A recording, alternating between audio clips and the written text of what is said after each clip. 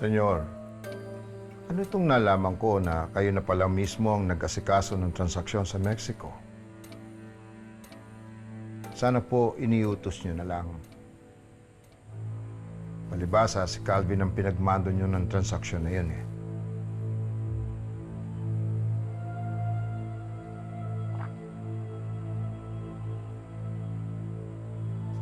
Wala na akong tiwala kay Calvin.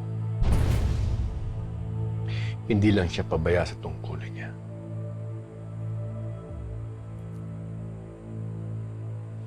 Hindi rin siya marunong rumispeto.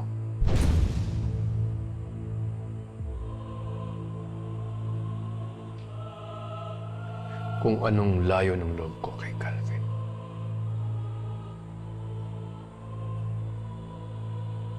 siya namang gaan ng loob ko para kay Elias. Kaya lang, senyor, oras na malaman ni Calvin na tinatanggalan nyo na siya ng tungkulin sa sindikato, lalalim lalo ang sama ng loob sa inyo ng bata.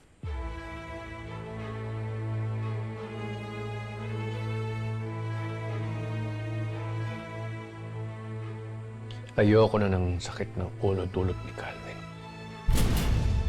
Kaya bukas na bukas din, patawag mo si Palong. Siya nang hahawak ng mga tao natin papuntang Mexico. Sandali lang, senyor. Ano yan? Sukdo lang nawala na kayo ng tiwala at kumpiyansa sa anak niyo?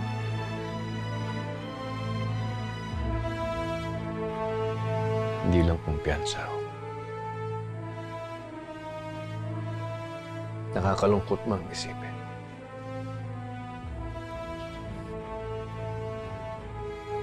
Nawala na rin ang amor ko sa kanya. At habang tumatagal, pakiramdam ko,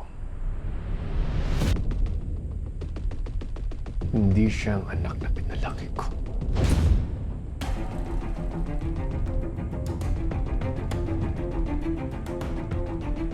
Senyor, laman at dugo niyo pa rin ang taglay ni Calvin. At sa paniwala namin, siya pa rin ang nakapilang tagapagmana ng Golden School.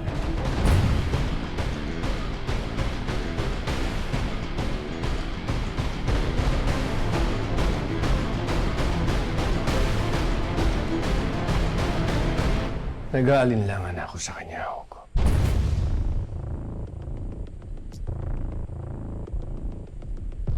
Wala pang nagagawa si Calvin para sa kabubuti ng sindikato. Para maging karapat dapat na maging kapalit ko.